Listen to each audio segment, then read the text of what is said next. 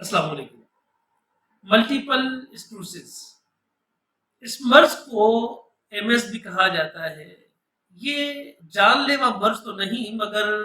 انسان کو درگور کر دینے والا مرض ہے، یعنی کہ زندہ درگور کر دینے والا مرض۔ یہ بیماری سینٹرل نروس سسٹم پر حملہ آور ہوتی ہے اور حملہ کرتی ہے، جیسے کہ یہ آہستگی سے حملہ آور ہوتی ہے۔ اس میں جسم کا جو ہمارا اپنا امیونٹی نظام ہے وہی نظام اس کے خلاف ہو جاتا ہے، یعنی کہ ہمارے جسم کے خلاف ہو جاتا ہے، وہ ہمارا امیونٹی سسٹم ہمارے باڈی کے اگینسٹ چلا جاتا ہے۔ یہ دماغ کے میجر حصوں یعنی جیسے کہ حرام مغز، میڈولا اور دماغ اور پٹھوں پر اثر انداز ہوتی ہے۔ پٹھوں پر سوزش بھی آ جاتی ہے بعض اوقات، اور پٹھوں پر ایک مائلین نامی مادے کی لیئر بنی ہوئی ہوتی ہے، اس لیئر میں ٹوٹ پھوٹ بھی ہو جاتی ہے۔ مائلین ایک پروٹینی مادہ ہے جو نروس اور عضلی ریشوں کے گرد لپٹا ہوا ہوتا ہے، اور ہمارے جو نروز ہیں تو نروز کی حفاظت کرتا ہے یہی ہمارا جو ہے مائلین شیٹ جو ہوتی ہے وہ ہمارے نروز کی ہی حفاظت کرتی ہے۔ ٹوٹ پھوٹ کے دوران خود ہی یہ اس کی مرمت بھی کرتی ہے، اور مرمت کے مراحل جتنے بھی ہوتے ہیں وہ خود سارے ہی اسی سے طے کیے جاتے ہیں۔ لیکن جب اس مرض یہ ہو جاتا ہے، اس مرض میں مادے میں فائبروسس پیدا ہو کر اور نروس کے اوپری مادے میں جگہ جگہ سے ٹوٹنے سے علامت مرض شروع ہو جاتی ہے۔ اب جیسے ایک میں مثال دے کر سمجھا دوں کہ ایک آپ کی لائن ہے، کیبل ہے، ایک کیبل کے اوپر کچھ فائبرز چڑھی ہوئی ہیں اوپر، یعنی کہ کیبل کے اوپر فائبر چڑھی ہوئی ہے۔ اب وہ فائبر جگہ جگہ سے ٹوٹ جاتی ہے۔ اکثر اوقات آپ نے دیکھا ہوگا کہ ہماری بجلی کی تاریں ہوتی ہیں، وہ ہم اگر دھوپ میں رکھی ہوئی ہو تو وہ جگہ جگہ سے ٹوٹ پھوٹ کا شکار بن جاتی ہے۔ تو اسی طرح یہ عمل بھی ہوتا ہے۔ دماغ میں وائٹ میٹر کی کمی آ جاتی ہے، گویا مرض اس وائٹ میٹر کو کھا جاتا ہے۔ زیادہ تر عورتیں اس کی زد میں آتی ہیں، خصوصاً جو پکاس کی مریضہ ہوتی ہیں۔ یہ مرض یہ مرض جو ہے نا، یہ 20 سال سے 40 سال کے افراد میں زیادہ تر پایا جاتا ہے۔ مرد بھی اس مرض سے بچ نہیں پاتے، وہ بھی اس کی زد میں آ جاتے ہیں۔ اس مرض کی خطرناک بات یہ ہے کہ مریض اس کی زد میں آنے کے بعد بھی یہ جلدی سے محسوس نہیں کر پاتا۔ اس مرض کی علامتیں آہستہ آہستہ شروع ہوتی ہیں، ایک دم سے کبھی بھی شروع نہیں ہوگی۔ شدت مرض کے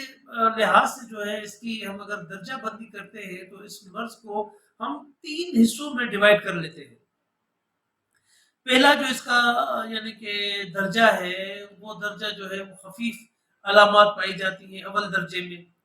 جن کو کی پرواہ نہیں کی جاتی اکثر اوقات، اور اگر بر وقت اس کا علاج ہو جائے تو وہ تقریباً 80% پیشنٹ ٹھیک ہو جاتا ہے، صحت ہو جاتی ہے 80%۔ درجہ دوم، اب یہ جو درجہ دوم ہے یعنی کہ سیکنڈ کیٹیگری جو ہے، یہ پہلے درجے کی بے احتیاطی کے بعد دوبارہ حملہ ہوتا ہے۔ جب ہم پہلے ایک درجہ ہوتا ہے کہ ہمیں فار ایگزامپل، ایک میں چھوٹی سی ایگزامپل دے کر میں آپ کو سمجھاؤں گا کہ ہمیں نزلہ، زکام، بخار ہوا، کھانسی ہوئی یا تھکاوٹ ہوئی، ہم نے احتیاط نہیں کیا، اس کو جانے دیا، اگنور کر دیا، درگزر کر دیا، اس صورت میں پھر ہمارے اوپر دوبارہ سے حملہ ہوتا ہے۔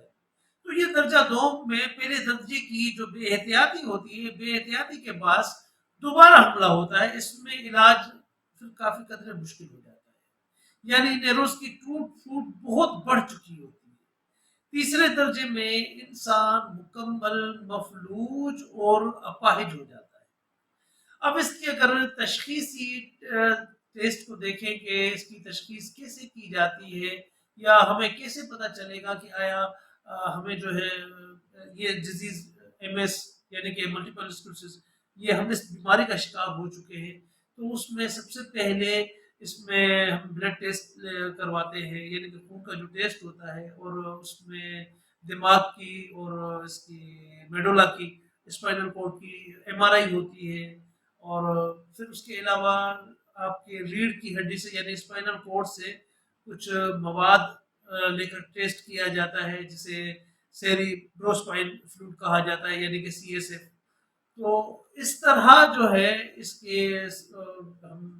اس کی تہ تک پہنچ سکتے ہیں. اچھا یہ مرض جو ہے یہ سرد اور خشک مزاجوں کا شاخسانہ ہے، اس لیے تشخیص کے بعد ہی کامیاب علاج تصور کیا جاتا ہے. بعض اوقات ایسا ہوتا ہے کہ ہم اس مرض میں جتنے بھی مبتلا مریض ہوتے ہیں تو ان مریضوں کی جب تک ہم تشخیص نہیں کرتے صرف علامتیں آتی ہیں، تو علامتیں مختلف بیماریوں میں مختلف امراض کی علامتیں مختلف تحریکوں میں آتی رہتی ہیں. لیکن ہمیں سب سے پہلے یہ جاننا ہمارے لیے ضروری ہوتا ہے کہ آیا یہ جو MS کی ڈیزیز ہمارے جس پیشنٹ کو ہے تو یہ پیشنٹ ہمارا کس تحریک سے منسلک ہے یا یہ ڈیزیز ہماری کون سی تحریک سے اس پیشنٹ تک پہنچی ہے، کیونکہ بیماری کی سب سے پہلے جڑ کو کاٹا جاتا ہے. اب اگر اس کی علامتیں دیکھی جاتی ہیں تو علامت مرض جو ہوتی ہے جیسے کہ تھکاوٹ ہو جاتی ہے اور اس کے علاوہ چلنے میں دشواری، بے حسی، عمومی حساسیت، بازو اور ٹانگوں میں کمزوری پیدا ہو جاتی ہے، چلتے وقت لڑکھڑاہٹ، ثقل سماعت، جسم میں زلزلے کی کیفیت پیدا ہو جاتی ہے، بات کرتے تلفظ کا بگڑنا، قبض، پیشاب بار بار آنا اور اس کے علاوہ مثانہ پھولنا، نگلنے میں یہاں پر نکلنے میں بھی دقت ہو سکتی ہے، پٹھوں کا اکڑاؤ بھی ہو سکتا ہے، ایسا بھی جو ریشے ہیں ان ایسا بھی ریشوں کی تباہی. اس کے علاوہ وہم، ایسے پیشنٹ کو وہم بہت ہوتا ہے، خوف بہت آئے گا، قوت باہ اس کی بہت کم ہو جاتی ہے، یا اس میں یوں سمجھ لیجئے کہ جیسے اگر خواہشات ہوتی ہے نفسانی، وہ نفسانی خواہشات جس کو کہا جائے تو وہ بالکل ختم ہو جاتی ہے. اگر ایسے اسباب جو ہے اس مرض کے اسباب دیکھے جائیں کہ اس میں اسباب کیا ہو سکتے ہیں تو اس کے مختلف اسباب ہوتے ہیں، کوئی ایک سبب نہیں ہوتا. جس میں جو ہے سب سے اولین اگر کسی چیز کو میں دیکھتا ہوں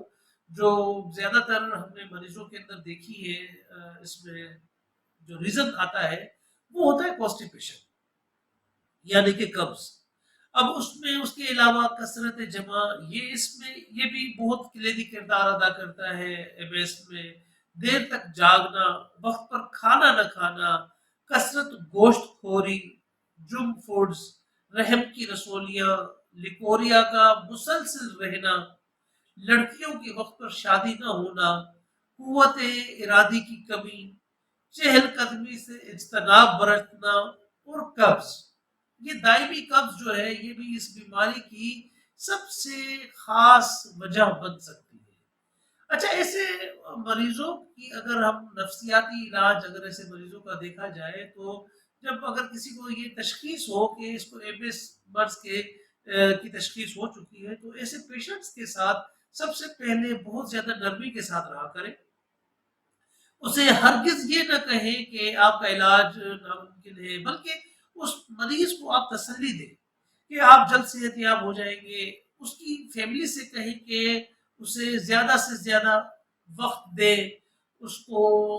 آپ آؤٹ ڈور لے جائیں، سیر کروائیں اور اس کو دل کی باتوں اور من پسند مشاغل میں ان کو لگائیں تاکہ ان کی مائنڈ جو ہے وہ وہاں ڈائیورٹ ہو جائے تھوڑا بہت.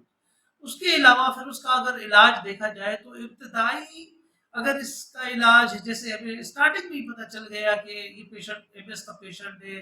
تو ایسے پیشنٹس کی ٹریٹمنٹ ہم کیسے کر سکتے ہیں. تو ابتدائی علاج کی غرض سے آپ مریض کو کچھ میں یہ ابتدائی ٹپس ہیں وہ میں آپ کو دے رہا ہوں، جیسے کہ اس میں لیونڈر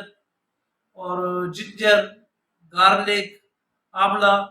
اور ایلموٹ، یعنی یہ 5 چیزیں جو ہے نا جیسے کہ استقدوس، ادرک، لہسن، آملہ اور بادام، ان چیزوں کا آپ تھوڑا تھوڑا لے کر اور اس کا قہوہ بنائیں. آپ کافی بنا کر قہوہ بنا کر آپ وہ پیشنٹ کو دیں وہ پلانے کے لیے، یہ ایک فرسٹ ایڈ کی صورت میں کام کر سکتا ہے.